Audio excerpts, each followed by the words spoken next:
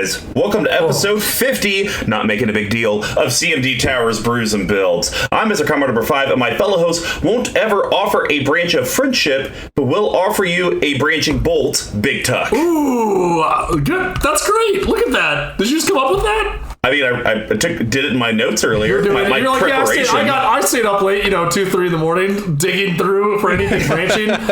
So you've kind of buried the lead a little bit. So I'm gonna come up with this one as well. Hey, Goad E's and Goaders. Goaders. I'm working on my siren noises too. How are you, Mr. Combo? I'm good. It's a little weird because we just recorded like 3-4 days ago.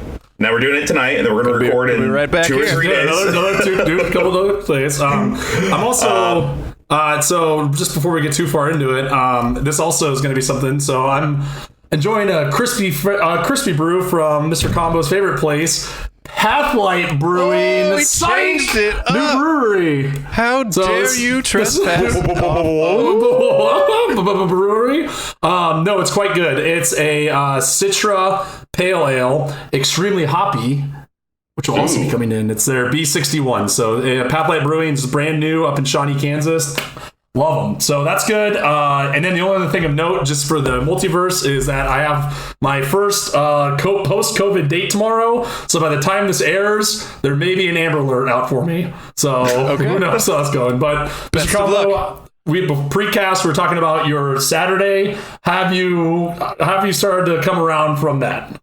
I did. To give the collective an idea of what my weekend looked like, had the Goad, the Tuck, and Godfather Davis over. We played IRL games Friday. And Tuck and Goad were both like, we got to leave by 10. It was midnight when they left. Naturally. And then me and the Godfather were up until like 4:30 in the morning. Yep. My girlfriend gets home, wakes me up at 10:30 in the morning, so I got like no sleep. And then her friends came over at like 3 or 3:30, and we drank from 3 or 3:30 till about 2 a.m. Chilled in like my little hot tub converted pool and like ate tacos, and like it was a great time. It's just like my liver and lungs just went through the ringer this weekend. I think you're about 12 hours away from a legal bender there. Yeah. Well, and then Sunday, I just did not want to move. Like I've been pretty good about this whole diet or eating clean and portion control. But literally yesterday, like your girlfriend's like, I can't do it. I'm just going to order something. So she got a burger from Westport Flea Market. Oh, delicious. I ordered a couple chicken sandwiches from like this new chicken place that was really, really good. And it threw me off because it looked like a more boutique-y type place. So the sandwiches were like $6. So I was like, okay, they're going to be maybe like the size of a Quick Trip sandwich. Something to that effect. No, these were full-size chicken sandwiches. Sweet. And I bet you ate them both back to back. No, I didn't. I took a break. No. I took a break. No, don't worry. I waited. I took a 3-hour break just to let the food digest. But Rise Southern Biscuits and Righteousness. Oh, yeah. Is that in, that's in Prairie Village, right? I don't know. I ordered it DoorDash. Okay, cool. And you probably couldn't even see the location. You're just like, just get this to me. Just get me food. It is. It's right next to the Minsky's down the street from where I live now. Oh, okay. So it's like in the village? Yeah. Okay, the that's village. Cool. Yeah, but no, the sandwiches were delicious. Were they? So good. But then about 7 o'clock, I was like, screw it. I've already gone down this path. So I ordered Grinder's big New York style pepperoni pizza. did. Wow. Oh, Wow. So, yeah. I mean, that's a good way to top off the weekend. Yes. I mean, I already said I don't need lungs. I don't need a liver. So why not, not... I don't need a gallbladder. Better living through chemistry. There we go. Well, guys, thanks for tuning in to the episode. And as always, with that Manolith commentary from Rich Chaos Records is Squee McGee. Squeeze. Hey. How's it going? It's going to be a busy week here. Yeah, we're doing a lot of recording. I'm pretty excited. Going to... you're going out of town? Going to Denver for 3 days. Going to see Jared. And then going to go out to California and hang out with Mikhail and his wife, Kayla, for about 6 days in Monterey. So, going to be good. Hiking, kayaking. Awesome. A little bit of this, a little. So, yeah, whatever activities are legal around those parts. Any of that type of stuff. But yeah, this week's a little nuts getting prepped for that. We're doing all these episodes of recording, working, packing, getting people up to speed on what to do at my house while I'm gone. So what has been, because there was a run where I think the most we've recorded, didn't we do 4 in like 10 days? There was one time where we did I think there was one where, because you and Mr. Combo were both traveling a bunch before COVID. And I think, there was a stretch where we just there were a couple back-to-back nights we did them. Yeah, those were miserable. But that just goes to show you the collective, how much effort we put into this and how physically exhausting it is to do, to sit here and yell at each other. Which literally, it's going from minimal effort to moderate effort. Right. I mean, I guess, I started editing today at 2, so we're going to have a good run. There you go. Well, guys, if you want to know more ways to support the CMD Tower team and all the mediocre to medium content we like to put out, should over to our sponsor, level1gameshop.com. They do sell all your Magic accessories. They do carry our exclusive playmat and sleeves. They also do have a great TCG player store, so if that's more your bick and your bang, we don't get any money from them, but they do help support our giveaways that we do for you guys each month, and hopefully one day we'll generate enough revenue with them that they can start helping to upgrade our YouTube channel. So that's something that we're looking into as well. Sweet. So yeah, go shoot them some what I call biz. Another way to support us financially, though, is to actually head over to our Patreon, patreon.com/CMD Tower. We have 4 different pledge levels, and rewards vary from getting access to our Discord to getting your own playmat and sleeves. And we have, because of our great patrons, our great collective, we're able to save up enough money to basically get another set of rewards for everyone. So for the Squeeze Choir one, you'll get a sweet Squee McGee gold coin with some sweet art done by Marketing Ross on each side. And then for the Big Tuck's Brew Buddy, you actually get the Squee McGee coin and the great Big Tuck Monarch token. Once again, sweet art done by Ross. It's a gold token. It's nice and heavy. Just to remind people that, hey, it is my right to draw a card. Love it. And then if you do our top tier, the Mr. Combo number 5's probably Headache or Dilemma. You also get both of those rewards on top of my reminder token. And this is on top of all the other rewards you get within this stuff. So I got it. Mr. Combo's Conundrum. Ooh. I think there actually is a name for it, but I like that one, and I may want to change it. And of course, thank you to our new patrons. We actually had a new one join, Tim McLaren. What up, Tim? Hey, Tim. I like the last name. I hope you drive a McLaren. Ooh, Take me on a ride. I want to go. That sounds like fun. But if you guys can't help us financially, just share the content you're watching or listening to, because every little bit of interaction from you guys does help reach the broader non-collective audience. And every episode, we do like to give a shout out to the music provided by Pink Royal. And hey guys, stay tuned until the end so you can learn how to get details on the mystery draft kit for 4. We're giving away for awesome. July, because it's kind of our 1-year anniversary. Well, I mean, whatever.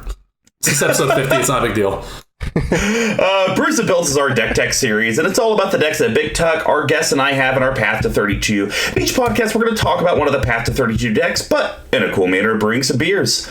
So we broke it down into 4 different categories, and the first one's ramp and setting your board state. We relate that to grains. Yes, and grains are the foundation of every beer. They include both base malts and specialty malts, usually in about a 60-40 ratio. This helps with the color, the taste, and most importantly, the alcohol content of the beer. Decks always need ways to grow, stabilize, and rampage your bigger threats, and just like a grain profile, they're usually a mix of staple teas and specialty cards.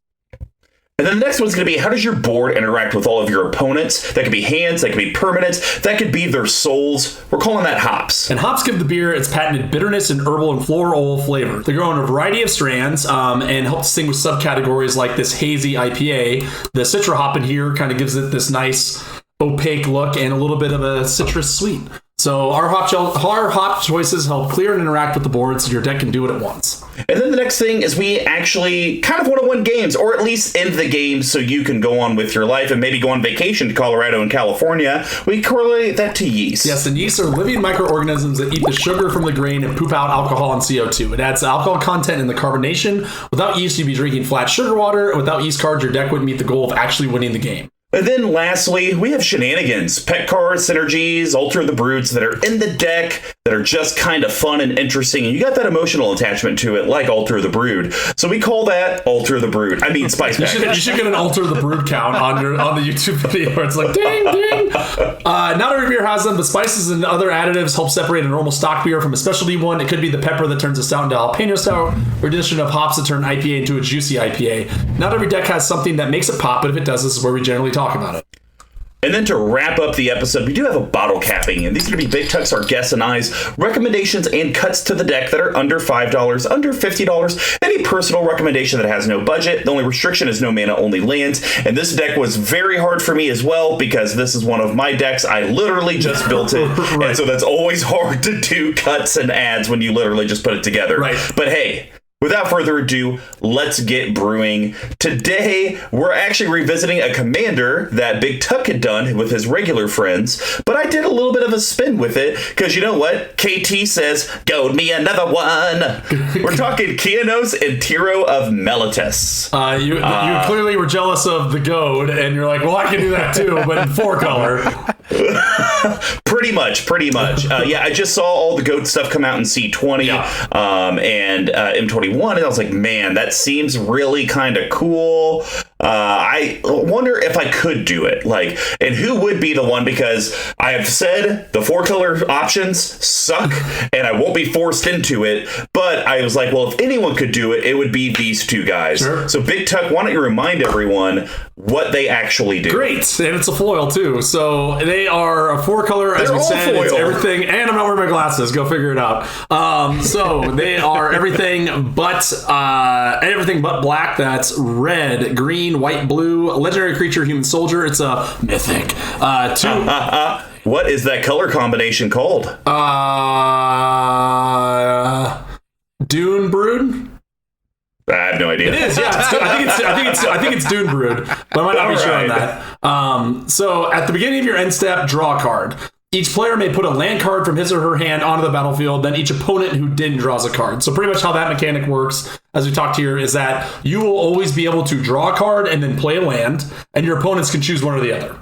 So, and then look what we fought for. Look what we built together. And then they get the shaft in Theros Beyond Death, so that's kind of funny there. Absolutely. It is funny how this is kind of like the go-to of these Pillow Fort style decks. So I will say, and I want to hear a little bit more about your thinking around it. So I'm pretty sure that this deck wins the coveted least talked about incessantly before actually played award for you. Because this deck literally, normally you telegraph your decks miles away, and this one just kind of appeared out of the void. So how was your building process around it? How did you choose to do this mechanic outside of just like the new influx of Goat abilities and that sort of stuff? Because it is a Goat's only been around for a handful of years now, since Conspiracy 2. Yeah, and this deck got played actually when we did our IRL games, and that game will be talked about on next week's 40 Life in a Dash. And I take offense, the Goad, saying that this isn't a Goad deck, because I have just about all the Goad cards you could possibly have in here. So my thought process was, I'm not going to be a Pillow Fort deck to where it's group hug, don't hit me, and then maybe sneakily get out a win. It really was going to be an aggressive, I am enchanting, I'm sorcering, I'm goading, I'm forcing you to attack, but hey, by the way, you can't attack me, or it's just very expensive to attack me. But if you do, I do have this commander that's a 2/8 but that most of the time, him on his face, he is a group hug commander. Yes, I agree. No one wants to use a targeted removal on him unless he is specifically equipped or enchanted, and it's forcing the game's progression, which will be talked about on 40 Life in a Dash next week. So that was kind of my thought process. I need to get as many of the force your opponents to attack in whatever way possible, and then from there, try to figure out how to make it to where they can't hit me or hit me for as much. Yeah, and it definitely plays that way too, which I think is cool. We'll, friend of the cast, Goad, or the Goad. We're just going with the Goad. That's what we're going to call him? I think the Goad. Okay, cool. So, eventually, he'll just be called G-Thing. He brought up the G-Thing. I like that. I like that quite a bit. By the way, this is Ink Treader. I just looked it up for the color. Damn. I thought I wanted to say that. That's what I went with first. I just got to commit those to memory. What was I going to say? So this deck actually, it looked like it feels like a stacks deck, which I don't usually like. But the thing I like about it is it forces people to attack, which I love, right? So it's kind of this weird. It's kind of this weird mix where until you get to a certain point, it sort of plays like an Edric style deck. Oh boy, almost dropped this in the beer. This Garmin belt clip that I'm never going to use. So it kind of plays like an Edric style deck where it starts where you're just incentivized to attack your opponents, and then it gets so bad that you yourself become what you hate the most and turn yourself into the arch enemy, and everyone has to gang up their resources just to even get in the red zone with you. So it definitely has like an interesting build around it in that sense. And I was looking through here, I really like that you stick to the thing. There's a few things in here like you talked about, if you could take them out, I think they'd make room to power the deck down a little bit. But overall, like I said, it's definitely an interesting deck. It's one of those decks that really warps the table around it. Yeah, and I think to that point, of being the arch enemy, by the time you actually become the arch enemy, like that game the other day, it took you guys like 2 or 3 turns of 3v1ing me. And it wasn't even like, I don't want the collective to think that, I was just counterspelling left or right. I don't even think I cast a counterspell that game. It was just... I was going to say, I'm going to do you one better. I don't think you cast a removal spell that game. Oh yeah, I don't think I did. And they're in here, I just didn't get to them. Right. And so that's really what makes the deck interesting, is that there's just all these unique pieces out there that I'm either putting on your creatures, putting on yourself, and it's like, gosh, I mean, unless you just have a mass get rid of everything spell, you're kind of in this teaming up kind of thing. And it was even funny because at one point, friend of the cast, the G thing, was like, hey, Tuck, if I do this for you, are you cool drawing cards, and then I'll help you, and you can kind of help me out? And Tuck was like, cool. And then it was Tuck's turn, and he was like, well, I got this creature that Mr. Combo gave me that has haste and trample. Oh, here you go, Goad. And he's like, well, what the hell? And it's like, well, why wouldn't I? I have to do something. Yeah, and that's what I like about the deck, is it's forcing combat. Now, I think the only people this will really struggle against is Planeswalker decks. If I had played, because I think this was during your Planeswalker deck. This one, but I think if I can expand your point, I agree. Planeswalker decks it's really hard against. I think this deck is really hard against other arch enemy decks. Right? Because, you know what I mean? Because like a Planeswalker deck quickly turns into everyone at the table is focused on this, right? Similar in scope to like the deck that this lost to a mine was Nekuzar, another archenemy deck, right? Just because it didn't have the removal pieces in it to try to move it around. But but I think where this deck really shines is when you're that person at the table. Right, and you're very much being able to dictate the flow of the game and all that. 100%. So from a color distribution standpoint, I am all over the map. Yeah, which is kind of surprising considering the mana base that you have in this. I use that in quotations. Oh my gosh, he just gets so salty all the time. But so here's the thing: I am all over the place, but it's one of those things to where the few things that I have that can ramp, I need green. And so I couldn't reduce my green because I really don't have, I only have 10 green pips in the entire deck. But I got 12 pip symbols I can make green. And I feel like if I reduced it down, it's kind of like where Squee was talking about with his Reese deck. He can't skew it one way, to where he has an even distribution of green and white. He needs an overload of white because when he misses his white, it just is painful and you can't do anything. And if I can't get green, I can't cast my commander. So that's one of the curses of being in a 4-color deck. I agree. The point I was going to bring up is this commander is not necessary, but it really, really helps you accelerate into the things that you're looking for. 100%. CMC 362. It seems high, but I mean, Big Tuck, how much mana did I have in that game? And again, like your commander kind of plays into that as well, right? He kind of gives you the rampant growth every turn. And that game was also hard to talk about because you did have like the horrible combination of stuff that was very hard to play around.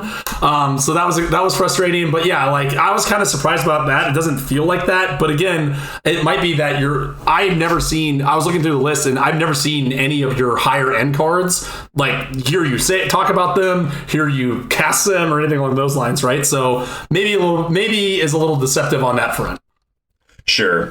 Well, guys, why don't we dive into this? We'll start with the Rampant Crane bill. FYI, not a lot of options. We're sitting at 12 total, so I guarantee...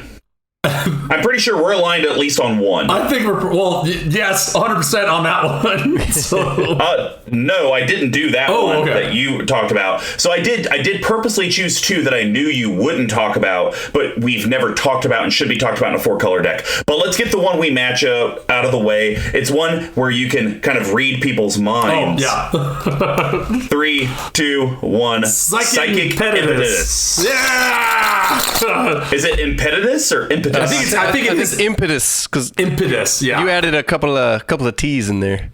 I'm the big T, man. I gotta throw them down where I can. So I'll read the text box since you're blind as a bat, and you just read what it is. All right, so it is Psychic Impetus. Impetus, there it is.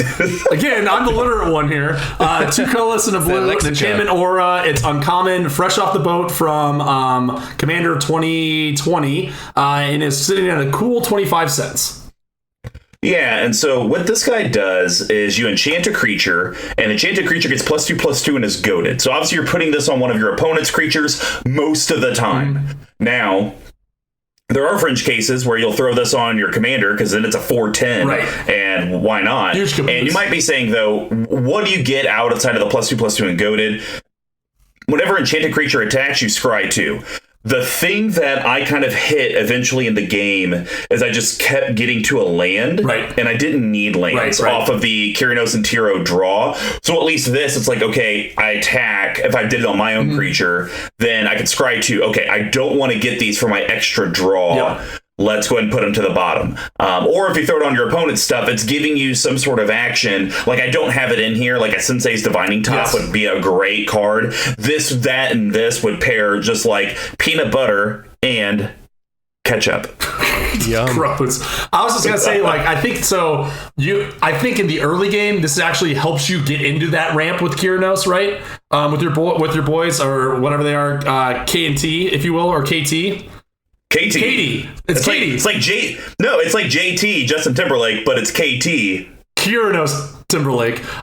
So no, I like I said, I agree with you, and I see it the other way too, where this is even good in the early game to get you to those lands to make sure that you're not just just dead drawing out of it, right? No, that makes sense. And one thing we'll get into that I like about these impetuses is that they don't give other evergreen abilities, which we'll get into later. We'll get into that a little bit later. Impeti? Sure. Ooh. Like it. Well, why don't we segue to your next card? So Mr. Combo, we talked about this earlier today, so I'll just go ahead and get this out of the way. We're talking about the other impetus in the grain bill. We're talking about shiny impetus.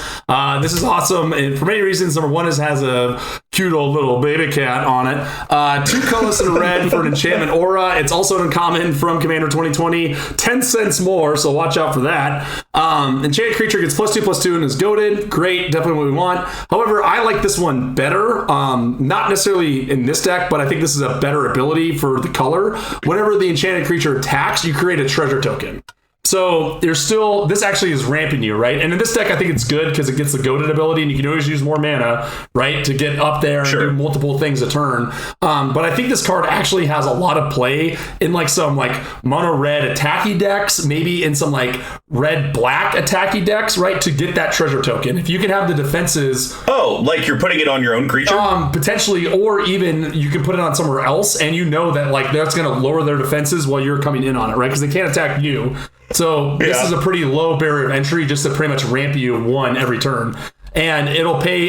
It's not quite as good as another card in the deck that generates token, or another card in the deck that generates tokens, which we don't have to get into right now. But I do like the fact that you will get at least 1 treasure token, and it really costs 2 for one mana over time. No, that's fair. You know, I almost wonder if this is worth throwing in my Vin Diesel deck, because that kitty cat looks like he lives his life a quarter mile at a time. 100%. The goggles are a dead giveaway. So, but no, yeah, it's a good card. I like it. It's, once again, I think if I wasn't doing a Goad focus, I probably wouldn't have it in here, to be honest. Because I don't think it's that great. But if you literally took out the Goad and then just said enchanted creature gets +2/+2, and then whenever it attacks, make a treasure token, whatever. No. I mean, that's Captain Landry Storm, right? Who's like unplayable. And I do. So in this deck, yes, because it has access to green. But in decks that maybe need a little bit more ramp, I think that might be where it could be a home. Maybe. Fair enough. So what's your next one?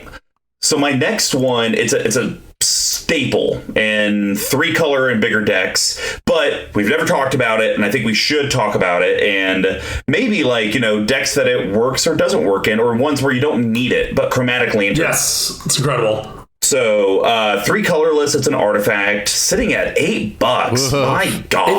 This is one that when it got reprinted, it plummeted and went to 5. And I wish I would have bought like 10 of them, but then I realized I checked it. I think I'm missing it in 2 decks, so I'm glad I didn't. Oh, there you go.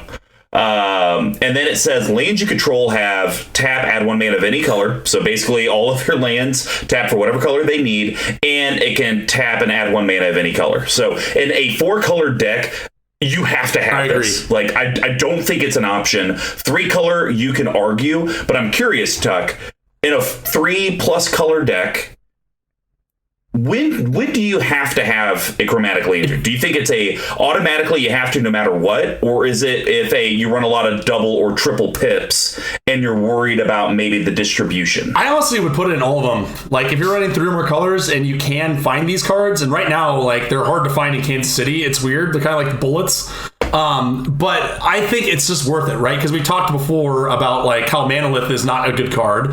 And this is just like those things, right? Like, the upside of this for 3 mana makes it worth its weight in gold more than like dropping this for a Felwar Stone or whatever, right? So sure. The argument off of that is that if you're running, and really I think like there's some people that say if you're running more than 1 color, you should run this, which I think is a little bit much.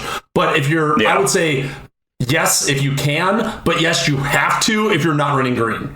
Because green at least gives you the option to find the stuff and smooth out your colors if you need to get to it, right? But if you don't have that option, this is the next best thing to be able to smooth out your lands. Especially as you made mention of like the pip intensive and heavy decks. Yeah, because I know that there's cards that we've talked about in like bottle cappings before, whether it's a cut or an add, where you've had the thought process of like, man, but that's double pips or that's a triple pip. I don't know if I'm comfortable with that. If you have a deck like that, guys, you have to run a Chromatic Lantern. But I do understand at $8, it's not cheap. What happened by any means? What happened with one where you were pissed off, where like your Japanese one was worth more than your masterpiece or something like that? No, my Japanese one was worth more than my foil one I pulled in a pack. Just the Japanese normal, like not foil one, right? Yeah. All right. Well, what is your last one? So these are, I'm actually talking about multiple cards in here, but it's really kind of brings this home as we get close to our big anniversary episode. Decidedly not this one. But I just want to shine a little light on the Talisman Cycle. So you have all the appropriate ones in here: Conviction, Creativity, Curiosity, and Impulse. And if the keen-eared listeners will remember, all 2 of them that listened to it, our first episode was right when the new Talismans came out. And one of the recommendations was cutting the signets from the Prosh deck to put the Talismans in. And I'll tell you, since these have come out and since these have become more rampant, these things are worth every cent that you can get them for, right? Even though some of them are kind of creeping up closer to like $1, these outperform signets. These outperform, I would say, in the right deck, like a Felwar Stone. They do so much, right? The life loss is, in my opinion, completely meaningless, right? Even if this pings you for 5 a game, whatever. But there's been so many times where just the fact that they give you the option of not having to tap something else, and you can leave it open, it can feed into other things, all for a 2-drop. I mean, they're insanely good. So the Mr. Combo is 100% right on the money. These things are awesome, and if you're running decks with signets, for the most part, they should be replaced with these talisman. And to your point with that, it's because the talismans can also tap for colorless. That is the thing that signets completely miss the boat on. Is you got to put a colorless into it to get the guild pairing, which, fine. But this can either tap for colorless or, I take a damage for the guild pairing. Boo-hoo. And a lot of times with the pairing, you might have to tap them just to get that 1 mana, and then you have 1 floating that you can't do anything with. Right? And that feels horrible. It's like you're defeating the point of the mana rock. At that point, it's just cycling a land. So Yep. talismans are real. All the ones in this deck are all coincidentally they're all cheap and none of them run black. So perhaps that's the differentiator there. So, anyways, I just want to point out that a year later, or close to a year later, these things are 100% the real deal. Awesome. Well, my last one, once again, another mana rock. We've never talked about it, but it needs to be talked about. Arcane Signet. It's not the hype that it initially was when it came out. It's a great card. It's an auto-occlude, I think, in every commander deck outside of mono green. I agree. But it's a 2 colorless artifact. Tap, add 1 mana of any color to your commander's color identity, sitting at $5. I remember when these things were $25. I think I bought some at like 10. Or 11, because we didn't think it was going to get any cheaper than that, and now here we are. They put them in the commander sets, and it's plummeting. Now it's cheaper than Chromatic Lantern. So once again, though, I think in a 3-color plus deck, if you can afford the $5, it's an auto-include no matter what. And this is one where I don't think it's even a conversation like Chromatic Lantern. Chromatic Lantern, you could say, well, my mana base is actually pretty solid, so I could save money and go with a... what's the Scry? Mana Geode. Mana Geode. Go with something like that instead, and it's $1 instead of $8. But Arcane Signet, there's never a situation where you'd say, "Oh, I'd rather have a Felwar Stone." No. I agree with you completely, and for the most part, Felwar Stones are the same price, if not slightly more expensive, which is crazy, right? Oh wow! So because I think Felwar Stone used to be the underlooked one, so people that's why they weren't as in the conversation so as much. And then Arcane Signet, they expect it out. Yeah, right. Okay. Yeah, because it's been around for a very long time, and then when Arcane Signet came out, people realized oh, this 2-drop untapped artifact thing is real. So yes, I agree. Especially at $5, if you can find these, round them up, because you will always be able to use them if you're playing Commander. Now, granted, before we move on to the hop section, do you think that Signet could drop any further? Do you think it get to $3 if, say, like Sol Ring, they put it in every Commander product? I was just wondering that, right? And I think the problem though is Sol Ring has been in every product, and it's still like $3.50 to $5, right? So, and there's a million reprintings of it. So I think it's probably going to be very similar, right? $3 to $5 is probably going to be kind of the going rate. Same thing. I like Command Tower is always going to be $2 to $3. I mean, It'd be great. I would love it if it was $3, but who's to say? So basically, I'm never going to buy a single of this ever again. It's just when I get my commander sets each year, I'll know, hey, I get 4 or 5 I was like, Arcane I'm Signets. actually sitting on 3 of them right over there. So another reason to crack them open. All right, guys. Well, that's going to wrap up the green. Now we're going to head over to the hops. Big Tuck, kick us off. Let's work it. Now we have lots of options. This is a very no way we align. Very hoppy boy. I don't think so. So I am going to talk about. I'm first going to talk about a new Brews, if you will. So I want to call these DHM, a DHM card. Okay. For a don't hurt me card, right? Yeah. Okay, so we're going to make this a thing. The first DHM card I'm going to talk about, I'm going to be talking about 3 of them. This one, I wish I picked these up when they were like $5, but now they are over $11.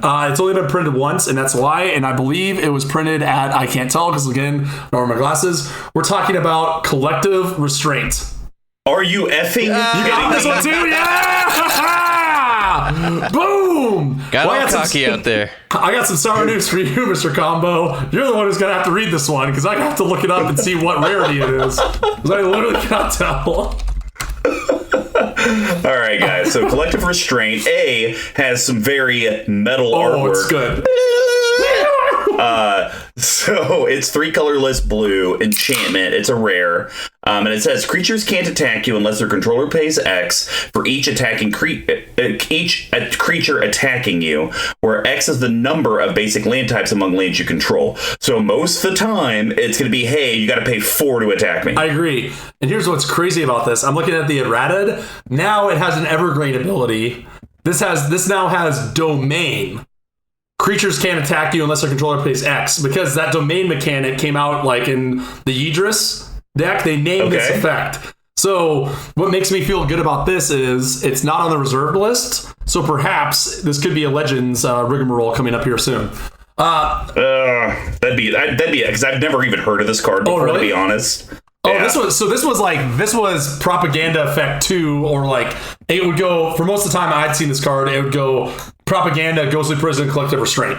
Because it's not, because I think like there's another card in here that's also does this very well. And this, again, you don't run, one thing that's, when we talk about these DHM cards in here, is you do run a bunch that say like you or planeswalkers. And I think it's because most of them now say that to some extent, right? Yeah. And those cards are really good in a deck like this. So normally some people would say, oh, this card's not as hot because they can still go after planeswalkers. Well, joke's on you, ding dong. Just the trick to that is don't run any.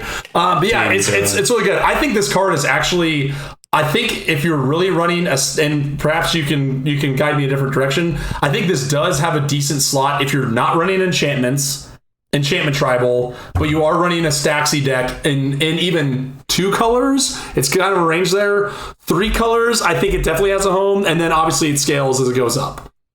So I think 2 colors, no way. Okay. Because you might as well just run propaganda.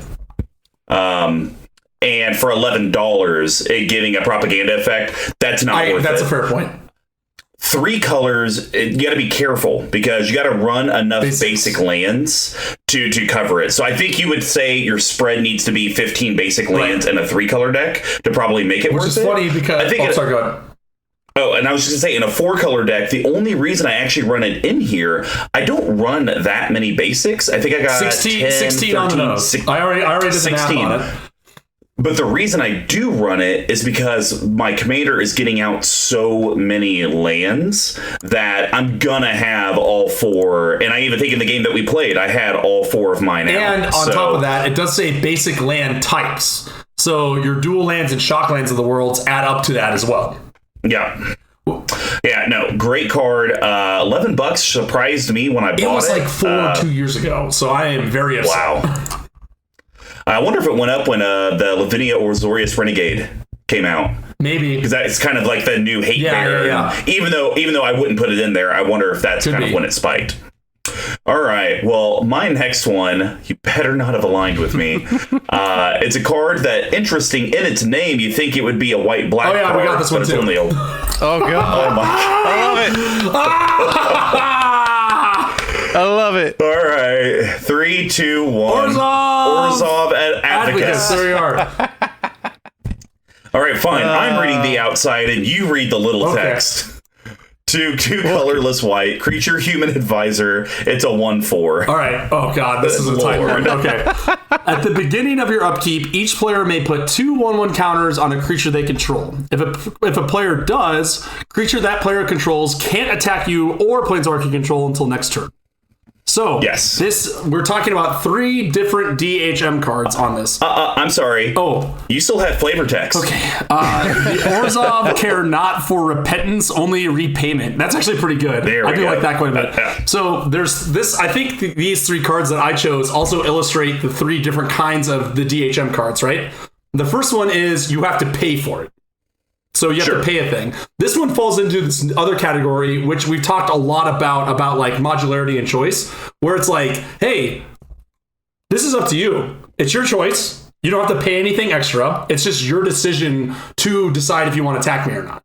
Right? Yep. And there's another one in the Spice, which I like a lot, and I really hope you're not cutting, that does a very similar thing, right? So, again, it's kind of the same thing as some of the cards in the Lavinia deck, where it's like, you can do whatever you want, you just have to pay for it, right? And this is a card that puts the impetus on the other players, on your opponents, to make these sort of decisions. Yeah. Well, and the thing that I like the most about this card is from your opponent's standpoint, yes, it's a choice, but also it says at my upkeep. Mm-hmm. So it's not something that you have it's like at the beginning of my turn. Right. Do you want to choose to attack me or not? Because I think it's a little less threatening that way, opposed to instep or the beginning of their upkeep. Right. But I actually like it that way, because if all of a sudden, say you and Squee choose to do the counters, but then the Goad or G thing decides not to, at the beginning of my turn, I know you 2 can't attack me with anything you have, but he can. So now maybe I pivot my focus to deal with him this turn.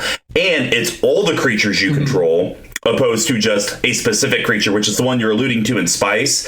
I'm not cutting it, but I don't like the fact that it's only that one. Oh, it's just that one. Yes. Oh, okay. That isn't as good as I thought. So, but the thing too, and so this is, we talked about cards that we've always wanted to work and never have. This has been one of those for me. I've never really been able to see this card out. Maybe probably because likely I played it in the wrong deck, right? Where it's like, I think it's a Pillow Fulty card and really it's not. But I think the thing I like about this too, to your point, is this can also kind of telegraph a big turn, right? Because if someone has like, only a handful of stuff and they're like, nah, I don't want it.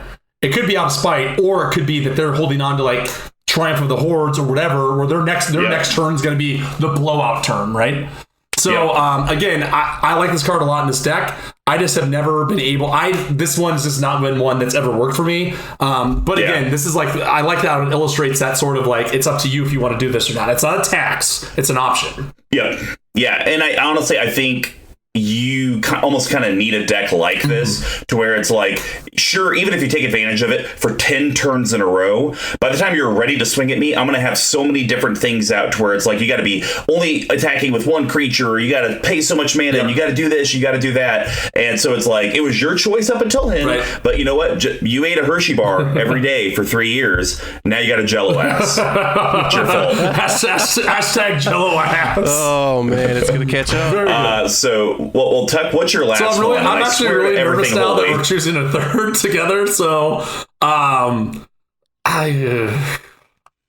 it's gotta have to stick it's with your guns. It's gotta have to be this one. All right, so this is from the Kamigawa block. That should be all I need to say. Give it to me. Nope. Give it to me. Oh wow. We're Okay. good. Yeah. We're good. Okay, so this is a weird one, and I want to talk about this one because I think I've misread this or misunderstood how it works every single time I've seen it played, which is exactly twice, both in this deck. So let's talk about Reverence. Okay, so 2 colorless, 2 white. It's an enchantment. So this is the third kind of DHM card. So we have the tax, we have the choice, and we just have the flat out no, right? So this one says it's rare from Saviors of Kamigawa, I think. Creatures of power 2 or less can't attack you, flat out, full stop. All right, here we go. Despite the massive forces that allied against him, Konda never once believed he would lose the Kami War. Masako the Humorless. Sounds like a real cool guy. So, this deck, you need to hedge your bets, right? And so I think this card isn't amazing. I thought it was I thought it was the other way around, where bigger creatures couldn't attack you.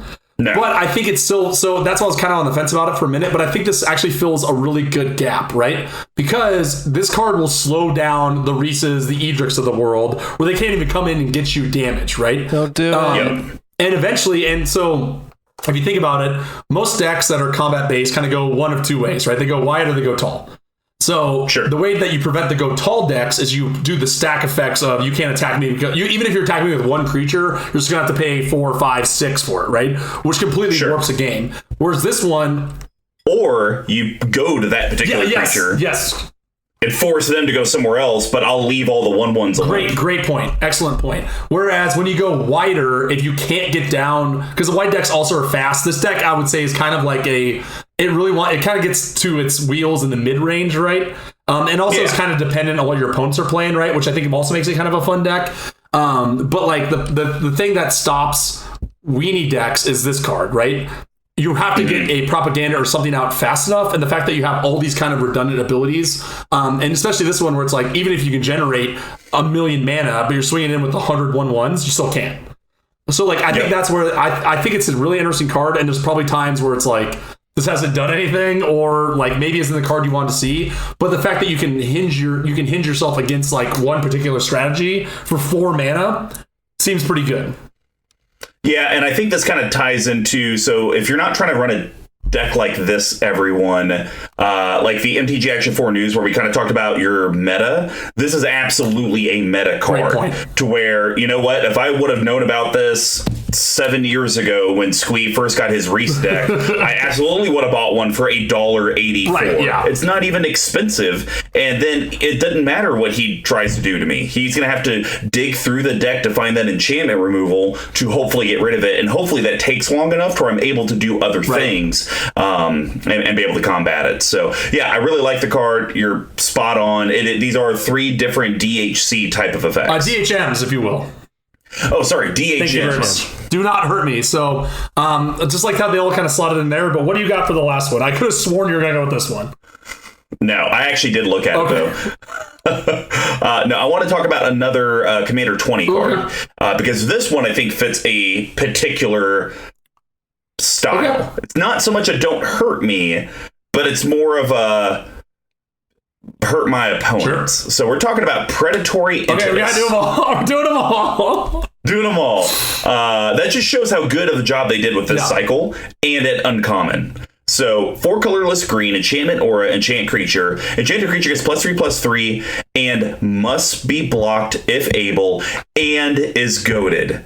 And this is what I love about this card, because you slap this on the scariest effing thing on the table and you're like, have fun with it, because you're going to have to swing. It can't go in me, and whoever gets this swung at, you're going to lose something. Yeah. Like, sorry, tough cookies. Yeah, I agree. And again, like, we're not talking about them. I don't think there's any left, or maybe one, but like the valve cycle that you have in here, the thing I don't, and are you talking about the one in the East? I don't think okay, so. It's not that exciting. So the thing that I like about these Impetus cards versus the Val cycles is they don't give them any evergreen abilities that might help them kill your opponents faster, right? It's very much you're the one who's going to be getting the value out of it, right? And this effectively will turn into like a 2-for-1. Potentially, right? Or even better, if someone's playing a Voltron deck, which we don't really see much of in our play group, but it's still a very popular style, right? Especially on a budget or whatever. You're gonna force them to You're gonna force them to attack someone, leave it tapped, then you kill it with Gideon Jura. I'm joking. So anyways. But see, here's the thing. I think the Impetus cycle and the Vow cycle actually play very nice together. And here's why. So guys, if you're not familiar with Vows, it's still an enchant creature aura. And they still get a plus, but then they, like Tuck said, get an evergreen ability.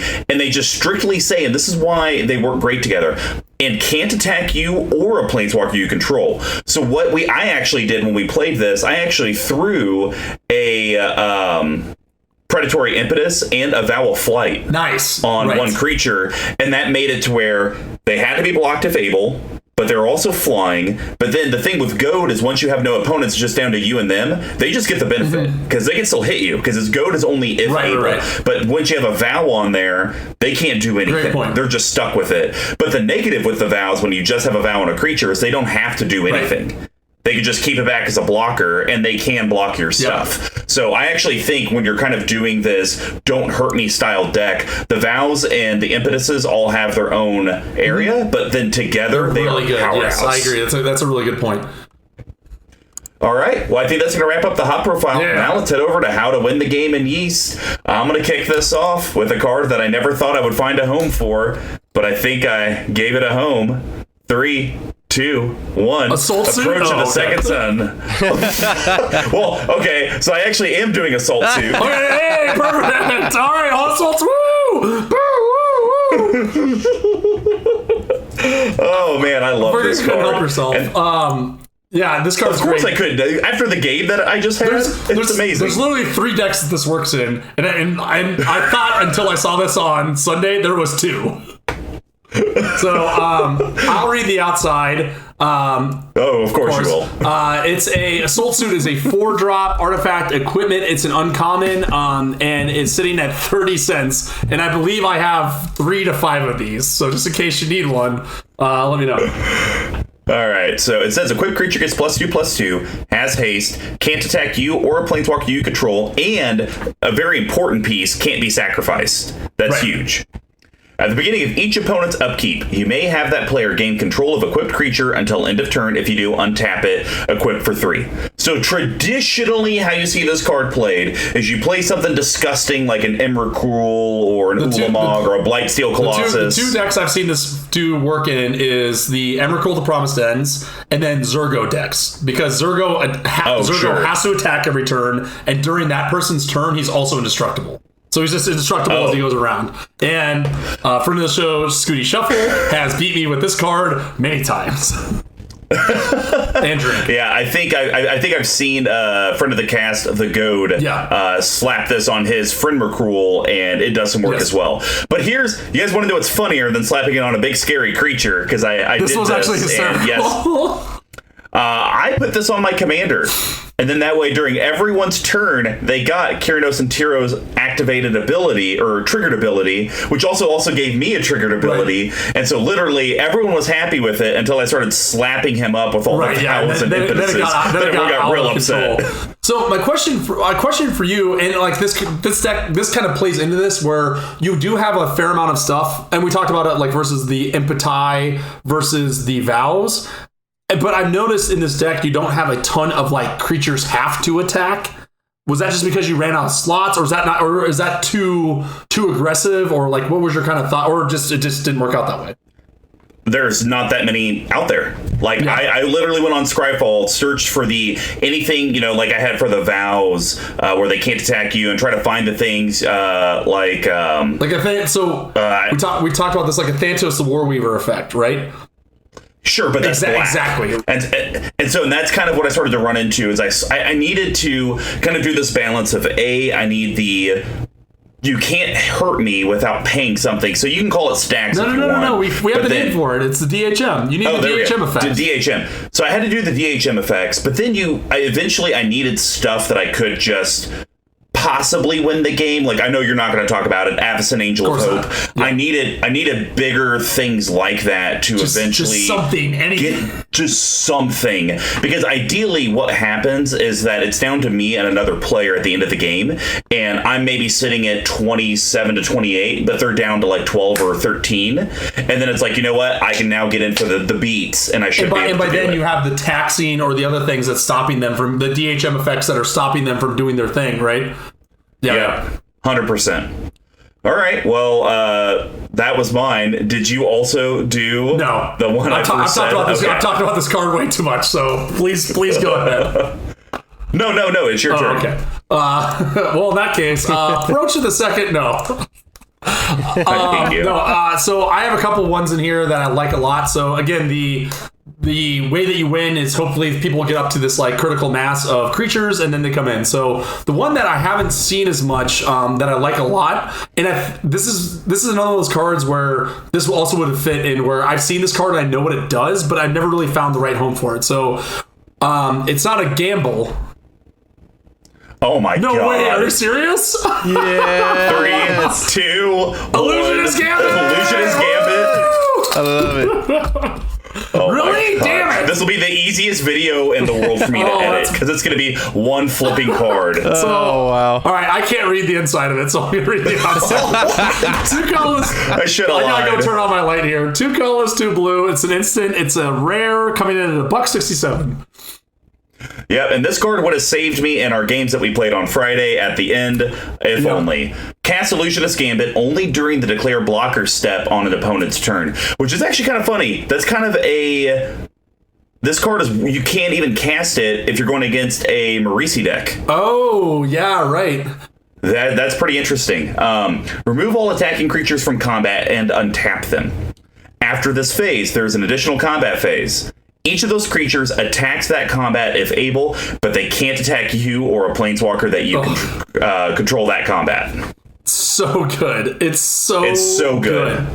The only thing I wish... It's like, Aetherize is cool, Aether Spouse is neat, Cyclonic Rift is Cyclonic Rift, but the fact that it's like, hey, we're going to calm down... You're gonna go back to home base. You're gonna untap. You're gonna take a seat, grab a seltzer, maybe a lemon water, but then you're gonna attack someone else. And the thing I like about this too is like there's another card which we've talked about called Reigns of Power, which is kind of the same thing. Where I think you swap your creatures that you have, right?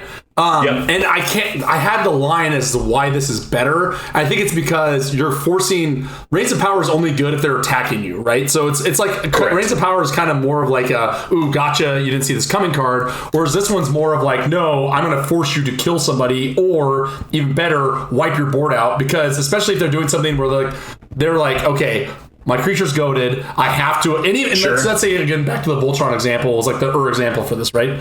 The creature's goaded. They have to attack, and they're like, okay, this person has a blocker. This one doesn't. I'm just gonna run it into you. Sorry, buddy. No hard feelings. No problem. Like I'll just I'll block my land or elf. They're like, no. You're gonna go kill him, and there's nothing you can do about it. So and I love this card even more. Niche case, but it would be hilarious if you're going to get to Kalia player. They get their Kalia trigger. Do this. Now you're gonna get another Kalia trigger and really I'm kill that person. I'm hoping you so much. Like, what more do you want? So yeah, like again, like I think one thing that is cool about this deck is like there are a lot of these cards that are kind of like, will they, won't they? It's cool, but like this is like. What this card is like the definition of a spice card in like most decks that it'd be in, right? Whereas in here, it's actually for sure a yeast, right? Like this is like a game ender 100%. Yeah, because if you think about it, and this is the last thing I'll say on it, literally that game that we played on Friday, if I would have had that in hand, I would have won the game. For sure. Like, no way I lose that, so... All right, well, my last one is Approach of the Second Sun. I already alluded to it, but I'll give you... So we've talked about the card a lot. I'll read it off, but I'll give you the insight of why I think it actually works. Actually, in any Kynaios and Tiro deck. I had in mind. Approach of the Second Sun, 6 colorless white, sorcery. If Approach was cast from your hand and you've cast another spell, named it, you win the game. Otherwise, put it 7th from the top and gain 7 life. So it does a few different things for you. Modality. Gaining 7 life is big, because eventually when people figure out your rigmarole, they're going to want to hit you for whatever they can hit you for. So the 7 life is not ridiculous. My very first game I played this deck, I actually cast this spell on like turn 4 or 5, just because the amount of ramp and mana I was able to generate. It was like, holy poop, I could actually potentially just win and pick a few more turns. Kynaios and Tiro, you're always going to have out, because that's a way to get your valued so you can do all your different stuff. That's going to draw you basically, quote unquote, 2 cards a turn, beginning a turn, and then your end step. And then you have all these other effects. You got your scry effects, you got your heuristic studies. I wanted a way to where if I'm just in this weird soft lock with another person, we can't do anything to each other. Eventually, I have a way out. Right. And this at least is a guaranteed way out. Yes, I agree. I think I've approached my Kynaios deck for similar reasons, right? Like this is like the de facto win con on a stick. The 7 life in this deck actually is relevant. Like that actually can be quite a bit for what you're trying to do. And again, it's like you telegraph it, but again, it could be one of the things where it doesn't matter in this because you cast it and they're like, well, we can't attack him. All my stuff has to kill someone else. And then in 2 turns, you're just going to draw it again by filtering through the top of your deck. And then game over, right? So I'm surprised to see it in a deck of yours, but I am very happy about the inclusion. Yeah, well, and we didn't talk about it. I mean, I do have a counterspell package in the deck, including, Big Tuck was very proud of me, Pyroblast. So, when Approach does come around, a lot of people let it resolve the first time, but they try to counter it the first time, because once the second time happens, you win the game. So, you know what? It's like, I have the counter magic to protect that first one, and then it's just the countdown. You either have to mill it, or I'm going to win. So... All right, Big Tuck. Well, what's your last yeast card, since there's absolutely no way we can now be on the same page? Then you're like, psych, I chose 4. In my opinion, the second best Goad card that's ever been printed. It's still $10, which is very upsetting. And it's because it's from that stupid vampire deck, which I still hate to this day. We're talking about Disrupt Decorum. It's absurd. Or as the professionals call it, the Wrath of Goad, which is pretty good. 2 colors, 2 red. Goad all creatures you don't control. So until your next turn, those creatures attack each combat if able, and attack a player other than you if able. Dinner and politics don't mix. This card is absurd. And I remember when it first came out, I was like, that's adorable. Not good. I was like, oh yeah, whatever. Cute, Goad. Okay, like... It's the first time it's been printed since Conspiracy Take the Crown 2, where I had those monster openings. Here we are. And... I was like, yeah, okay, cute, whatever, right? No, this card It's absurd. It's so powerful. The fact that the fact that it costs 4, which is the same amount as Wrath of God, is unreal. Yeah, I remember when Monsieur Magoo got his Edgar Markov deck just pre-con, and I remember seeing this get previewed, and I was like, okay, like, cool, man, whatever. Then I remember him casting it, and I was just like, wait a minute, I don't like any of this. This is all bad. You're probably playing Kalia or Elves or something that was combat focused. You're like, oh, great. So I guess we just lose. Yeah, well, and then Mikael got the vampire deck and tuned it up, and then I was just like, oh my god, this card is so good. Like, be honest with me.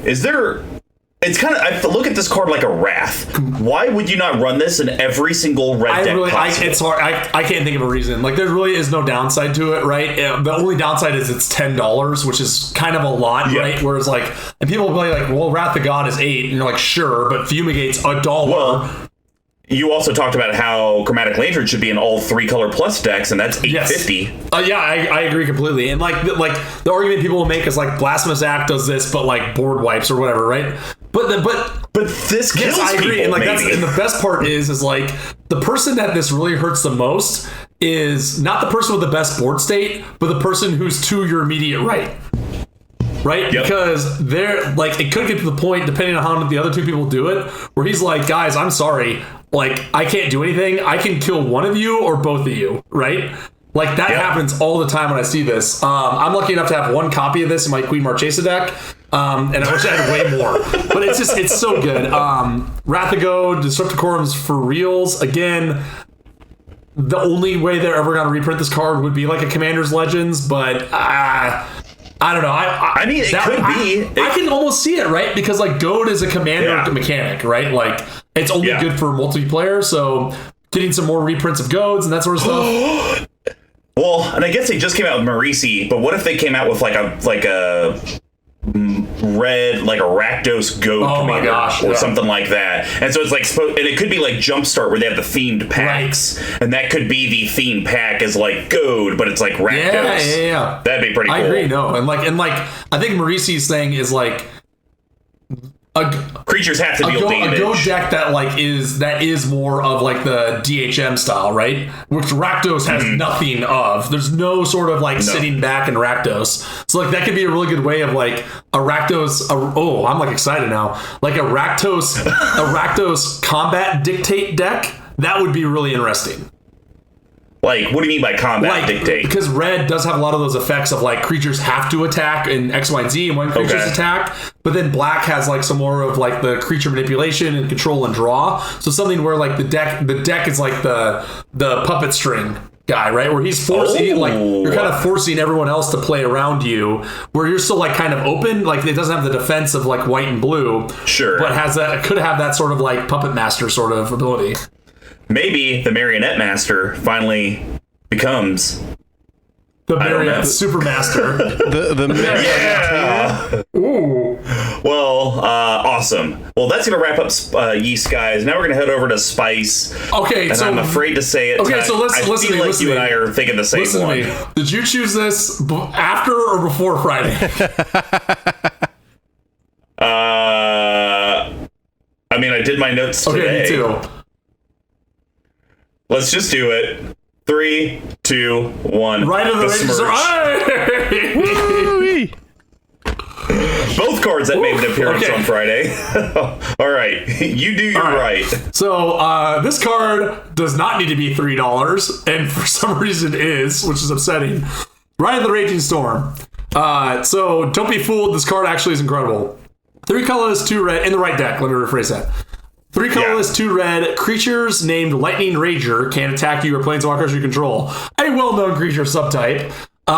So at the beginning of each player's upkeep, including yours, that player puts a 5/1 red elemental creature token named Lightning Rager onto the battlefield. It has haste and something not to forget, trample. Which we did until like it mattered most.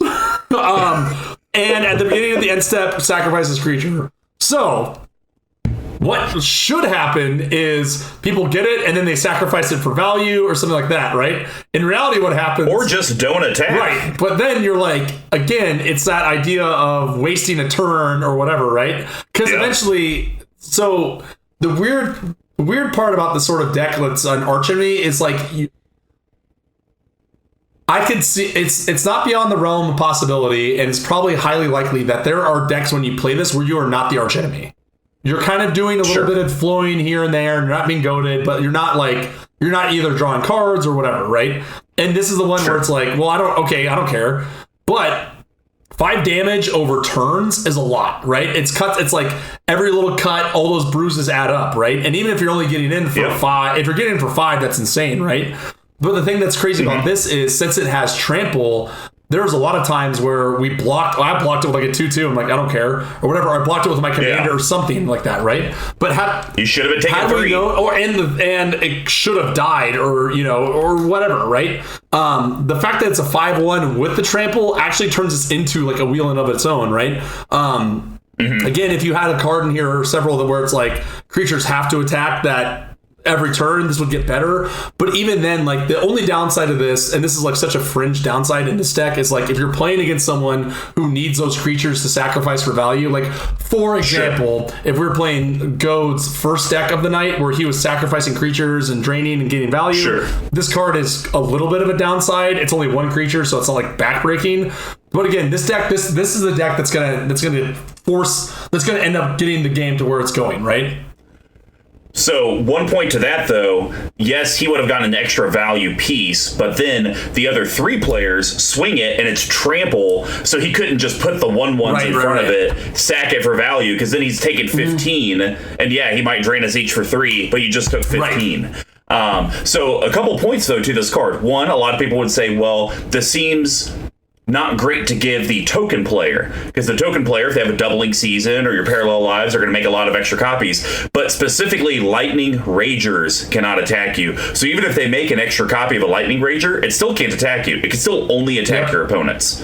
So that's great. And then the next thing that I think is pretty interesting is, even though everyone could be doing this damage, and our game was literally how I thought this card would work.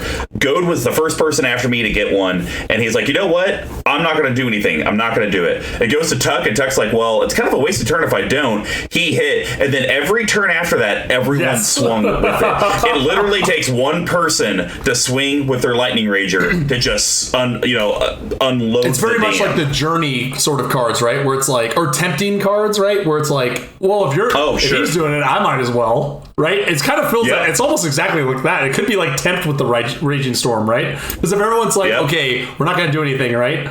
But for me, it was like, well, you should have attacked somebody.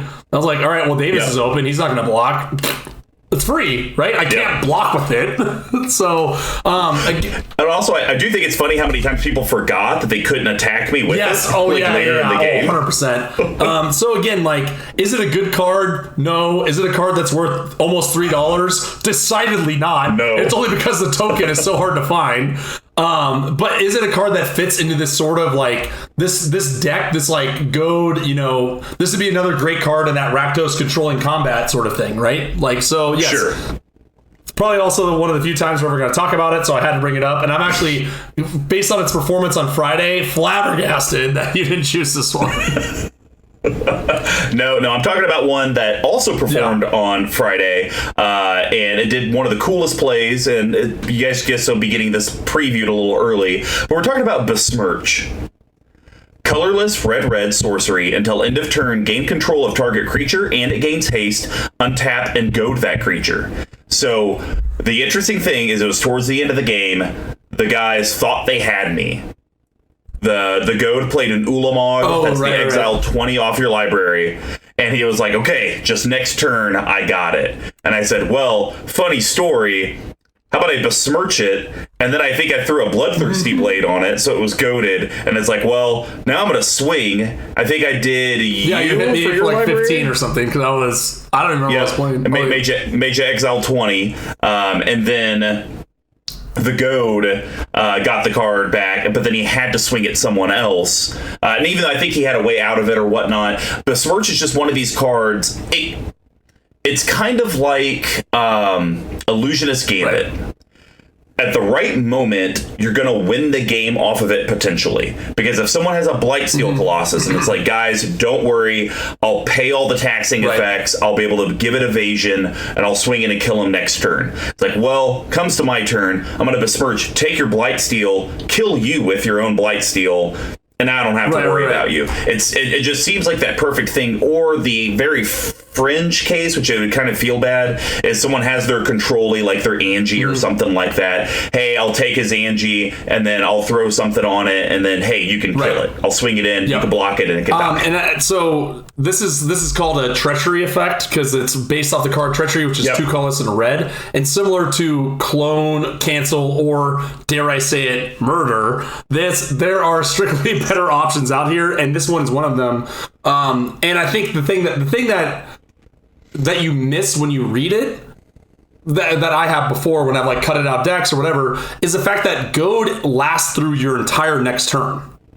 So it still has to attack and still can attack you no matter where it is, right? Even if there's some sort of trading around or they do Reigns of Power or something like that, it still can attack you until your next turn. I think that's where this card really goes from being okay, it's a one-shot deal, to like, no, this can be game warping and almost can be like a yeast card in the right time. And in this deck, it probably puts that slot pretty well.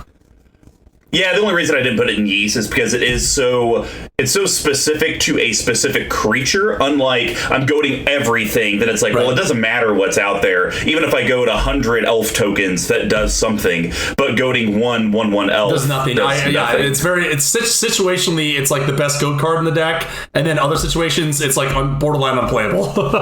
Right. Yep, you got it. All right, guys. Well, that's gonna wrap up the spice package. Now we're gonna head over to that bottle capping, and this is gonna be hard for me. But we're gonna try to do it. This is the problem when we run these decks that you just built, because I know you've net decked them and got all your stuff in them. So I didn't. I built this from scratch. You built this from scratch, and then you have it online, and then you have your Ristic Studies and whatnot lying around. So anyways. All right. Well, anyways, to remind you, it's going to be Big Tucks, our guests, and I's cuts and recommendations to the deck that are under 5, under 50, and a personal no budget one. Just can't do those mana-only lands. So we're going to start with the under $5, and honestly, it's a card. It's cute. I kind of alluded earlier how the Orzhov Advocist is like a better version of this card. Right, yeah, I remember you talking about this one. And it's unfortunate. It just came out, but I got to cut Agitator Ant. Right. So 2 colorless red. It's a creature insect, rare. And it does say at the beginning of your end step, each player may put 2 +1/+1 counters on a creature they control. Goad each creature that had counters put on it this way. The reason I have to cut it from the deck is it's just too narrow that only goads that specific creature, unlike the Orzhov Advocist, which goads all their creatures if they decide to take my offer. So, it doesn't goad, but they can't attack me. And I agree. And like when I first looked at this, I missed the May part. I thought they had to put it on something. So they could do it for 4, 5, 6 turns and be like, you know what? Now I'm ready to hurt you. Right. Yeah, exactly. So no. And again, it's squishy. It's a 2/2. You're not getting in the red zone with it. Yeah, it's a little squishy. So again, it's really cute. And you already have all the other like mediocre goat-ish effects in here too. So I think losing this one is probably okay. So what are you putting in for it? So I think I'm going to put in, it's a pretty simple card because I think the way that I built this deck is, so sometimes you have a deck and you got all the standard meat and potatoes or standard dress from Good Sense already in the deck. But then it's like, I want to add in the spicy things. I want to create it up. But I already think I spiced this thing out. So now I think I actually just need to get meat and potatoes in the deck. Sure. So I think I'm going to add a Blue Sun Zenith. Okay. Blue Sun Zenith, X, trip blue, instant. Target player draws X card, shuffle it into its owner's library. The few games that I've played, I have not been short on mana. Mm-hmm. You can attest to that in the one game or the couple games that you've seen. Sure. And it seems like I end up hitting this point to where KT is doing their thing. I'm drawing a card, I'm putting down a land, but then that's kind of all I'm doing. It's just land pass later in the game. So at least a Blue Sun Zenith, you know what? I need to just go ahead and it's about to be my turn. Let's spend 10 and draw 10. And then the great thing is everyone knows how much I hate one-time target draw spells like Brainstorm. It's all right, even though it's one of the best ones ever. But at least Blue Sun gets shuffled back in, and I can, okay, later in the game we've grinded, I need it again, boom, it'll be there for me. Right, and if you don't get the magic like nut draw that you had of Smothering Tide and a Rhystic Study where you're constantly able to fill your hand and your mana base, you do need something that's going to be like a big bomb spell. And also the times where I played it, I don't think you have that many instants of sorceries in here, so sometimes you would have like 5 mana open or whatever just because you were like, well, I can't cast this, so I got nothing better to do. And this at least gives you something to do at the end of turn, draw into your bigger threats. So yeah, I'm on board with it. It sucks, like I said, if the Agitator Amp had the must, much better. Must, or if it said may, but then it goads all their creatures? Yeah. Either one I would have taken. But I agree. I guess, though, for 3 mana, that'd probably be a little OP. I agree with that, too. So, but yeah, so it makes sense to me across the board. Cool. What are you doing for your under 5? So, if I remember correctly, I think we talked about how the Impeti have fewer evergreen abilities stacked onto it, right? Yes. I think for the most part, ones don't really come back and bite you. There was one that I just kind of thought through and seemed like it may end up hurting you in the long run. So I'm actually recommending that we're going to cut Vow of Duty. No! Yeah, just one. So 2 colorless and a white. It's 25 cents. It's an uncommon. I spent all the money. Yeah, you spent all of it. It's a enchant creature, and enchant creature gets +2/+2, can't attack you or a planeswalker you control, but the trick here is it gets vigilance. Yeah. Right? And people are going to be attacking left, right, and center, right? Sure. Like, and they're going to be swinging out, and you have a lot of things, I think we talked about it, Disrupt Decorum, where things are going to be swinging out, and like that's how you can kind of then turn maybe a couple of your flyers into some damage to get that through. The problem with this is that you're giving them an attacker and a blocker, as opposed to just an attacker. Yeah, that's fair. I appreciate the blocker, but the attacker, they can never hit me. Sure. So that's where it's kind of, for me, I almost look at it as just, well, I'm guaranteeing them a blocker every turn. Right. But what do you think you're going to replace it with? So we talked a little bit about how there's not that many effects of this caliber in here. So I'm going to have you get a red card that's pretty recently printed, and by that I mean it's from Theros. It's a rare, and we're going to talk the Akroan War. Okay. So this one's kind of interesting, right? I think each one of these kind of stacks up to what you're trying to do in the deck. So the Akroan War is 3 colorless and a red for an Enchantment Saga. It's a rare coming in at 17 cents. So busting the bank wide open. So it comes with a lore counter, and then during each of your upkeeps you get another lore counter, right? So 1, gain control of target creature for as long as it remains on the battlefield, right? So that's yours to block with. That's yours to take. If you grab someone's commander that's really combat heavy or has like a lot of sacrificed abilities, you can really hamper them with that, right? Yeah. So then number 2 is until your next turn, so this is your second upkeep, creatures your opponents control attack each combat if able. So the thing I like about that is hopefully by the time you're sequencing this card out, you've already built up your pillow fort enough where they're not going to have the mana to attack you and have to go somewhere else, right? And the third one, I will admit, I thought it was to the player who owns it, so this card isn't quite as good as I thought. But then lastly, each tapped creature deals damage itself to its power. It could be a board wipe. Exactly. That's what I was going to say. I don't think you run that many board wipes in here. No. Because you need creatures to go and that sort of thing, right? But the thing I like about this is we have seen, at least when we played, your commander is such a big butt that it's going to be rare that he's going to be able to kill himself. Yeah. So there's a very good chance where you're going to be left with just him on the board. Yep. And if everyone's been attacking, if you go to a few people, if like life totals have chip away, this might be the last thing. That's going to push through the last bit of damage for you as well. Yeah. So I really like the first one because Assault Suit. The one thing with Assault Suit that's kind of weird in the deck is really it's just my commander that I want to attach. Yeah. To. Right. And so at least with this, it's like, oh, you have something big and scary. Let me get it, equip Assault Suit to it. Now everyone gets a shot at it. Like, that's kind of cool. Yeah. The number 2 does scare me, so I think this is the one thing that I have against it in this particular deck is that you have to wait a turn cycle from the time you play a Crowan War. So that kind of gives your opponents time to okay, he's gonna make us attack and we won't be able to attack him, so we either need to get rid of the war or we're gonna have to get rid of these other things. Versus if I just have the pillow fort stuff, it's like, well, it's annoying, but I'm not gonna laser beam onto it. So that's a little worrisome. And 3, it would be nice to have a board wipe in here. That's why, So like, and I really was hoping it would go up to the player that controlled it, but I probably read it without my glasses, and here we are. Well, that's just your life. Yep, that's the life I choose to live. All right. Well, so for moving on to $50, my under 50, I'm cutting another very cute card. Oh. Coveted Peacock. Oh, yeah. 3 colorless, blue, creature bird. It's a 3/4 flyer. And when Coveted Peacock attacks, you may go target creature defending player controls. I need to cut this one because I already cut the goblin. That's literally the same thing. It's just a 2/1 on the ground. Yeah. You don't really get in the red zone in this deck that much, right? And like this flyer isn't going to be something that's going to win you the game. No. So I kind of was toying with it, but again, there's like so few cards that have Goad on them. It's kind of hard to do it. But okay, but what do you think about cutting this for? I'm going to cut it for a card that's going to open up the deck and give it a lot more flexibility. Because one of the bad things is a lot of the Goad stuff's enchantment based. So you enchant the creature, but then what if the better creature comes out and it's like, well, I better hope I get into another one. Right. So an Estrid's Invocation will easily solve that. So 2 colorless blue, it's an enchantment. You may have Estrid's Invocation ETB as a copy of any enchantment you control, except it gains at the beginning of your upkeep. You may exile this enchantment, and if you do, return it to the battlefield under its owner's control. So twofold. Perfect. One, you play it, say it's early on and you just make it a Ristic Study. Everyone really hates you then.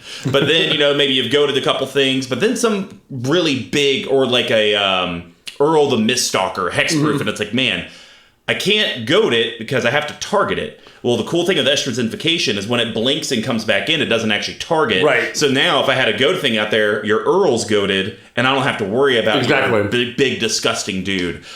Surprisingly, this card's over $6. Whoa! That is shocking. But I mean, there is a lot. Enchantments are heavily played, right? Yeah.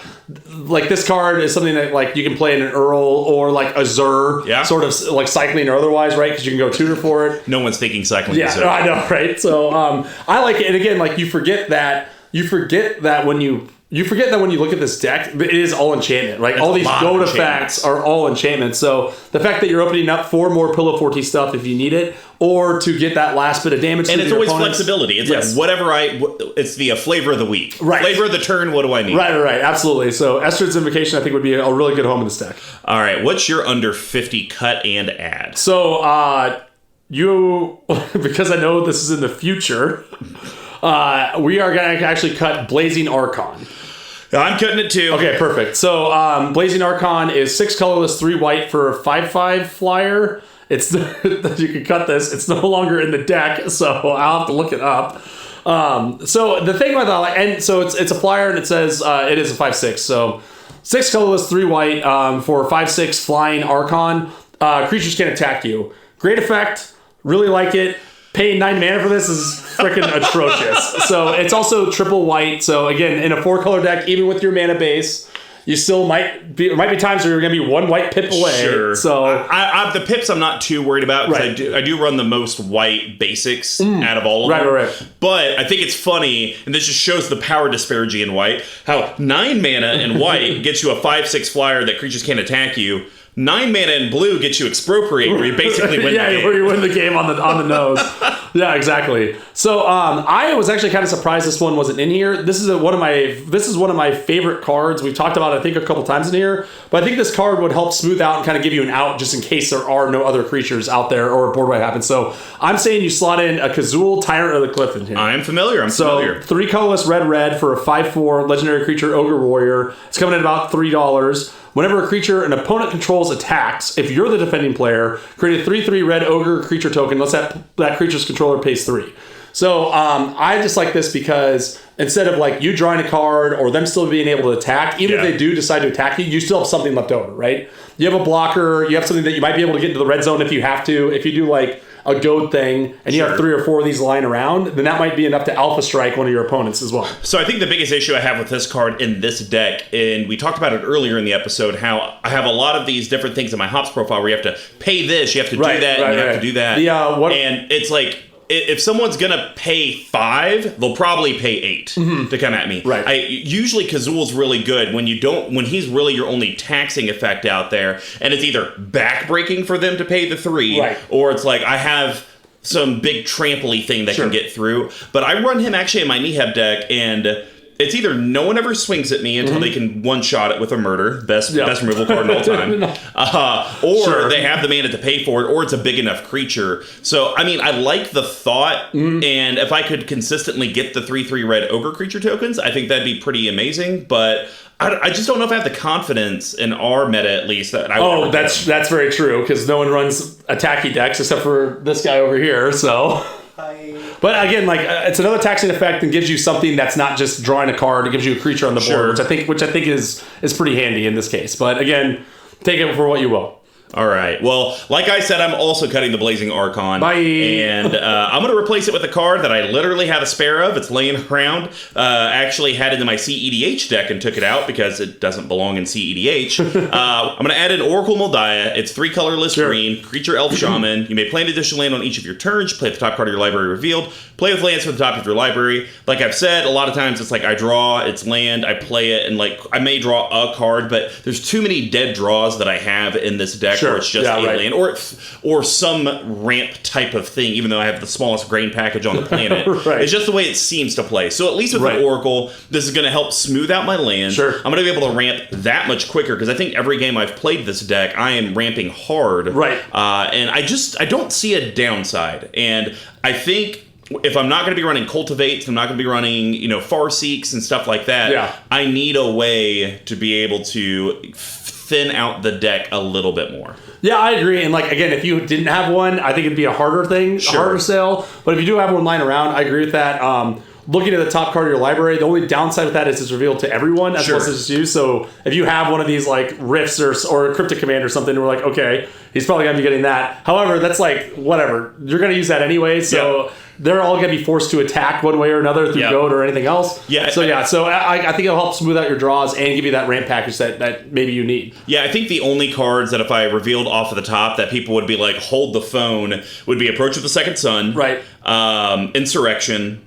And probably Cyclonic Rift. I think those are probably or Avacyn Angel of Hope even. So I got 4 cards in the deck that most likely, if they're on top, people are going to wet themselves. Outside of that, though, I think people will just be like, that's going to be annoying. I got to politic him so he doesn't put it on me. Yep. Totally agree with you. So, yeah, definitely a good inclusion there. All right. Well, what's your last cut and add? So, I have tried to run this card before, and it hosed me in a kitchen table game when I was in 8th grade at Sam Groth's house. Well, that's why we should still hold a grudge against it. Absolutely. Still do. But I just think it's been kind of outclassed in cards that you have access to in these colors. So I'm actually going to cut Teferi's Moat. No!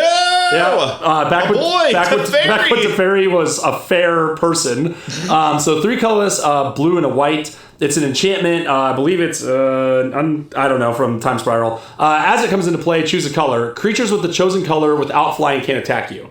So the thing I don't like about that is once you choose it, you're like stuck into that, right? So if you choose black just for one player, then he dies. It's just a dead card, right? And if they have demons or some other way to get them flying, you accidentally put the Vow of Flight on them and forget about it. Maybe it could happen. So it's just a little too limited for what it does. If it was a mana short or something, what I think I would like to see is more of like even more restrictive ways for people to block you or not be able to attack you, right? Okay. So what I'm saying is cut that, and you can really break the bank with this card as well if you get it from beta. And I think you should slot in Island Sanctuary. So colorless and white. It's a good one. It's an enchantment. If you would draw a card during your draw step, instead you may skip that draw. If you do, until your next turn, you can't be attacked except by creatures with flying and or Island Walk. So a couple things there. The blocking, your creatures with Island Walk are going to come at you anyways. Unless you explicitly say blue, which you probably wouldn't with Teferi's Moat. And Teferi's Moat also doesn't prevent flying. So you're getting an upside there. And normally the downside of this is the fact that you have to skip your draw step, right? So you're going to be a short one. However, as you made mention previously, and as we've seen, your commander comes out almost every game that you play this as soon as you can. So really you're losing, and you don't have to do it. You can choose to skip that or not, right? So if there's no creatures, you're not stuck into like paying a cumulative upkeep on it. You can choose to skip your draw or not. And then regardless, if your commander's out, which it usually is, you get your free card draw off of that too. Well, so the thing I kind of like about that is, I just talked about Oracle Moldiah and playing with the top card of the library revealed. So kind of like a cool interaction with these cards is, I know what the top card of my library is. If it's a land, I could just choose, I'm not going to draw because I'm going to get to quote-unquote draw it because I get to play it off the top anyways. Totally. So that's some kind of cool synergy. I mean, it's only $3 for a non-beta copy. And it's 3 mana less than Teferi's as well. So, like I said, I just think it does a lot more of what this deck's trying to do. That's fair. Well, I may have to go to level 1 and pick up an Island Sanctuary But to do that, we're going to have to be at the end of the episode. Thanks for making it until the end. And as promised, here's some details about the giveaway from our sponsor, Level 1 Game Shop. We're going to be giving away a Chaos Draft set, which will include 4 CMD Tower playmats, packs of sleeves, 4 random pre-release kits, which we have announced so far that we're doing an M21. We're doing a War of the Spark, and also a Throne of Eldraine. Super cool, super cool. Get that Oko, that not worth no. To enter, it's extremely simple. Just help promote all the content that the team produces, whether it's our audio podcast, whether it's our YouTube series, whether it's the soon-to-be Dear Squee article series. Just all of that stuff really lets us know that, A, you care, B, Level 1 knows that you're actually listening and appreciate the sponsorship. We will announce that winner on MTG Action 4 News August 4th, and we will put it on our Twitter account soon after. And yes, these giveaways will happen every single month. Just could be a sweet little thing like this. Probably not. We do this once a year, if we ever turn around next year. But usually it's a sweet little pre-con deck, or maybe a fat pack, maybe a very rare card, like we did a full art Oko back when those were actually worth something. It just depends on what Level 1 Gaming can provide. But, we'd love some 5-star and commentary feedback. That really does help the interwebs connect us with other listeners like yourselves or viewers. And if you'd like to reach out to us and know more ways you can enter into the contest, here's how you can do that. You can reach me at Mr. Combo number 5 on Twitter, all spelled out except for the 5. Big Tuck, where can they reach? Yeah. Well, evidently they can't reach me anywhere because my Twitter feed is pretty barren, but you can still find me on there at Big Tuck Tweeting on Twitter. Also, you're never going to email me, so guess what? I'm not even going to tell you where the email address is. I feel like Sir Brian and you sometimes chat on Twitter. Well, by chat, we just trade bars. So it's... Trade but I mean, isn't that like what chatting is like with you?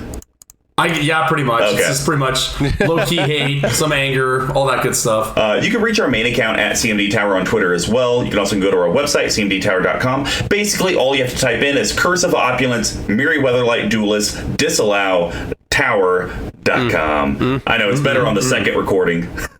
Squee McGee, if people want to find out how to get a hold of yourself and everything that you can do, how would they do that?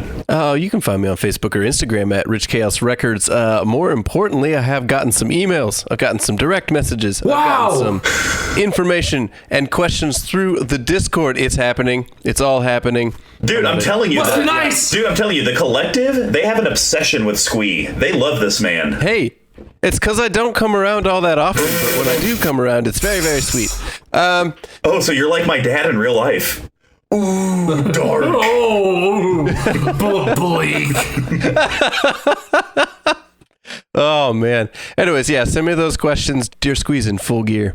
Ooh, nice. He can handle all your audio needs. It does have a full studio if you want to come in, if he can fit you into his busy schedule. The bit was earlier that he was just petting a cat, but since we've had to do this a second time, there is no cat. Hey, there is a cat. Oh, there's a cat. Hey! And if you guys would like to further support the show and our sponsor through orders you're already doing for Magic products and singles, head over to our sponsor, level1gameshop.com. When you place an order in the order notes, just type in CMD Tower so know that you came from the collective. And outside of their own storefront, they do have a TCG store with 99% accuracy rating and very competitive prices. But if you go to the regular store, you can get our playmat, our sleeves, as well as everything else you need from a board game perspective. We get no financial value out of this, just purely you doing this lets them know it's worth investing the little bit of money that they do every month for these giveaways. So please go hook them up. But hey, if you can't hook up them, you can hook us up by heading over to Patreon, patreon.com/CMD Tower. We have some of the reward tiers, from as simple as getting access to the Discord, where you can find out how to ask Squee questions and also learn how not to talk to Tuck, to even getting a guest spot on the podcast with your own sweet, sweet brew. We actually just hit the tier, so that way we could do the Dear Squee Corner, or what are we calling you? To be determined. Squeeze to be determined. But, the next tier is going to be at 50, to where we'll start inviting one of the collective every single month to come on and talk about their brew. Of course, thank you to Pink Royal for the music you guys provide in the episode. It's a Big Tuck, second time through. KT says, "Goad me another one." What do you think? I thought I was going to hate this, but it's actually really fun. The thing that I like about this is that you did stick to your guns in terms of like the theme of the deck, which I like. There's only like a couple cards in here, mostly Heuristic Study and Smothering Tide, that I wish you could cut for something else. But knowing you, I know the value's too high for them. So like I said, like it's this weird arch enemy deck where you become the threat, but... And that's all. Like the 2 times I played this deck, one time I just blew everyone out of the water with Nekazar, and then the other time you were the threat. Like the last You've only seen this deck once, I thought. No, twice. I saw it once with the Nekazar, and then I saw it once on Friday. I've only seen it in IRL once. There you go. And then that way you like slowly crept your way up to this like at first it was kind of fun, like haha, hitting you, and then it's like, no, this is an issue. So no, it was fun to talk about, and again, there's a lot of fun cards in here to go over. Yeah, I would say if I was to rank my funness decks, like the ones that I'm like, hey, I'm actually excited to play, I'd probably put this in my top 5, to be frank. And I think the reason is A, I never thought I was going to find a build for this color pairing with this commander. Right. B, the whole like goading aspect. It's like, yes, Friend of the Cast of the Goad has a true Goad deck with Marisi, but you know exactly what you're going to get. Marisi's going to get a bunch of creatures, make them unblockable, and just try to hit each person with at least one to goad all of their stuff, and then start trying to like pick off whoever's tapped out. This deck, you don't really know what you're going to be getting. And like you said, it's the DHM. Is it going to be? Yes. Is it going to be the goad effect for the Don't Hurt Me? Is it going to be a taxing effect where you can't really hit me? Am I going to incentivize you? Like we talked, I have Curse of Opulence in here, so like, oh man, I really want to hit this other person, so that way I can get this benefit. Or is it going to be, I'm going to pass my commander around the table, and like, why wouldn't you just smack around with a 4/10 big booty? So it's very exciting. I probably need to play it 2-3 more times. I've only played it thrice, and I probably only need 2 more times before I have the deck figured out and I know exactly what I need to cut and what I probably need to leave. Like, I don't know if I need as many of the instant speed board wipe type stuff as I have in here, and the Blazing Archons of the world and the Teferi's moat. So I'm glad you liked it. I was so excited to get this deck, and I'm glad I got to play it in the IRL, because I will say it's easier to do that than play over webcam, because cursing and vowing, it's a little difficult to do. It's a nightmare. Well, guys, let's hit the sack. Peace. Deuce.